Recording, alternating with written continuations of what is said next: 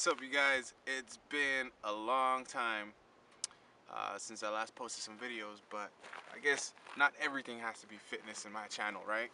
So this video is mainly about I've been researching a lot about Tacomas and nitrous, and a lot of Tacomas out there, or I should say in the forums, a lot of people don't really know how to talk about how to install nitrous in a Tacoma or what's safe or whatnot. So in this video, I thought I'd just share with you guys some of my experiences with my truck, and show you guys my nitrous install, and maybe give you guys some ideas that have tacos out there about how to install nitrous. So with that being said, let's check it out. Alright, you guys, so the Purge Solenoid, what I did is I purchased some hoses from AutoZone, and they're the fuel hoses, because I realized that if I use the regular windshield wiper hoses, the pressure from the Purge will actually rip them, and it won't purge right. So what I did is I bought the fuel lines, which are thicker hosing, and I connected it to the tubing from the Purge solenoid, and I ran it up through the hood so it purges through the hood scoop. It's actually useful for something now, right? It looks like a fucking bull when it's mean. So I'm gonna go ahead and demonstrate how it looks, you guys.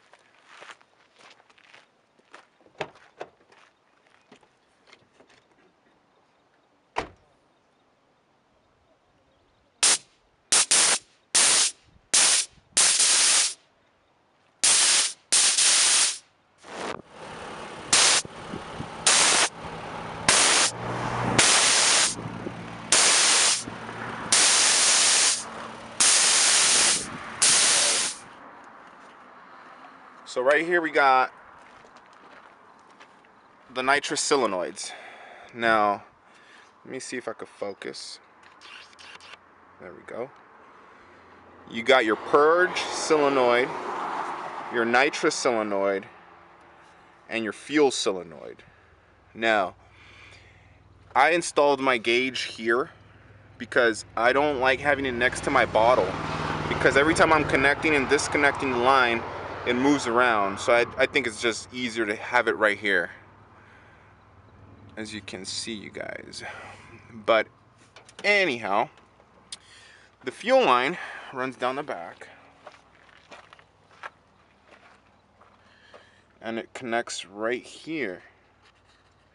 I don't know if you guys can see that. Right there. Now, I purchased this at the nitrous shop where I went to here in my city, Ontario, California. And it comes with this fitting which bolts right into your factory line, and it already comes with the ports to connect your fuel line. So that was fairly easy. It didn't take a lot of rocket science to install that. And the nitrous line, here, let me focus. The nitrous line runs in through the cabin into the tank in the back seat, and then you got your two solenoids that feed the power into your engine. Now these lines run through here and underneath, and I don't know if you guys could see that, but alright, so right here we have the nozzle, and this is what mixes your fuel and your NOS. Let me see if I could focus it. Right there. Now for fuel, I believe I'm running a 28. If it's not a 28, it's 24. And for NOS is a 41. And that is a 75 shot. I'm not sure. I'll check it and I'll link it down below in the description. But those are the jets I'm running.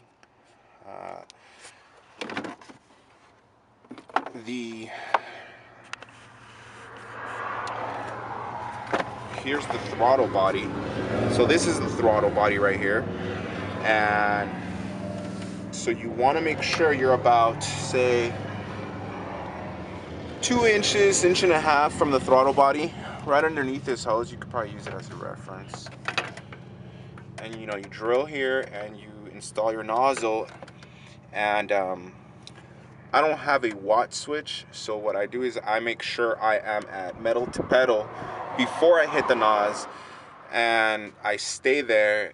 And if I'm gonna let go, I make sure that I let the NOS go before I take my foot off the pedal. So I mean, maybe not everyone is as sharp or as quick or just smart. I don't know. It's not difficult, but I bypass all that shit. So yep, that's pretty much it. Now for a 75 shot, I didn't have to retard my timings. Not that necessary, unless you're starting to go over 100 shot. That's a different story. You need to retard your timing. You got to make sure that you're running race fuel or higher octane fuel than 91, and you got to make sure that you have all the proper safety relays in place and whatnot. So my nitrous line comes in through the bottom. I don't know if you guys can see that right there. It goes down towards the center of the console, the center, and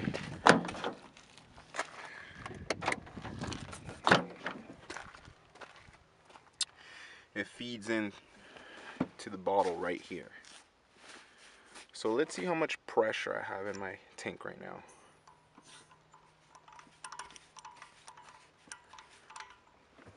Let's find out.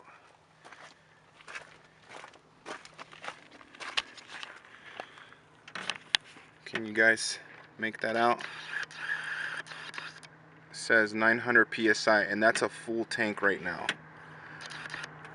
Now, a lot of people don't notice this, but for optimal nitrous delivery, you want your tank pressure to be between 900 psi and 1,200 psi.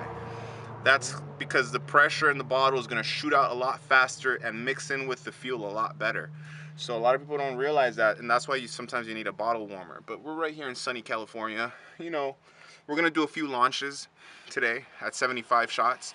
And I'm going to launch it on 4-wheel drive, and I'm going to launch it in 2-wheel drive. Just for the fuck of it, just to see how it looks, I mean, I have my fucking toolbox in the back. It's full of fucking tools, but who cares, man? Like, I like doing this shit either way. Watch.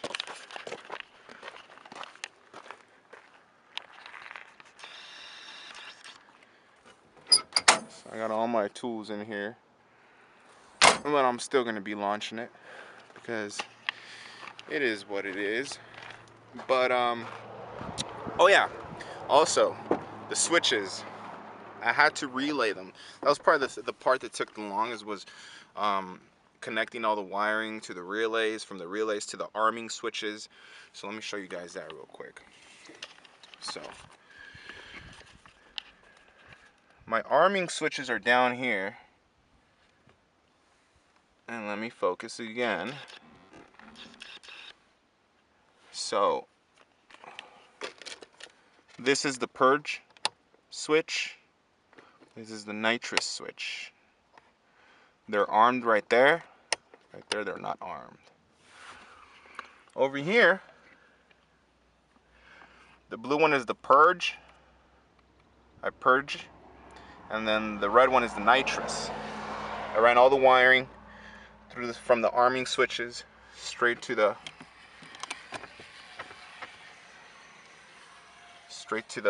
push buttons, temporary push buttons. And that was fairly easy. I have a diagram. I'll show you guys in a slide a little further down this video, and it shows you basically how the wiring goes from the solenoids to the relays, and from the relay to the power source, and then back down to the switches. You want to do it right, so make sure you want to do it safe. And I'll show you guys a little slide where the picture shows the diagram in case you guys are interested.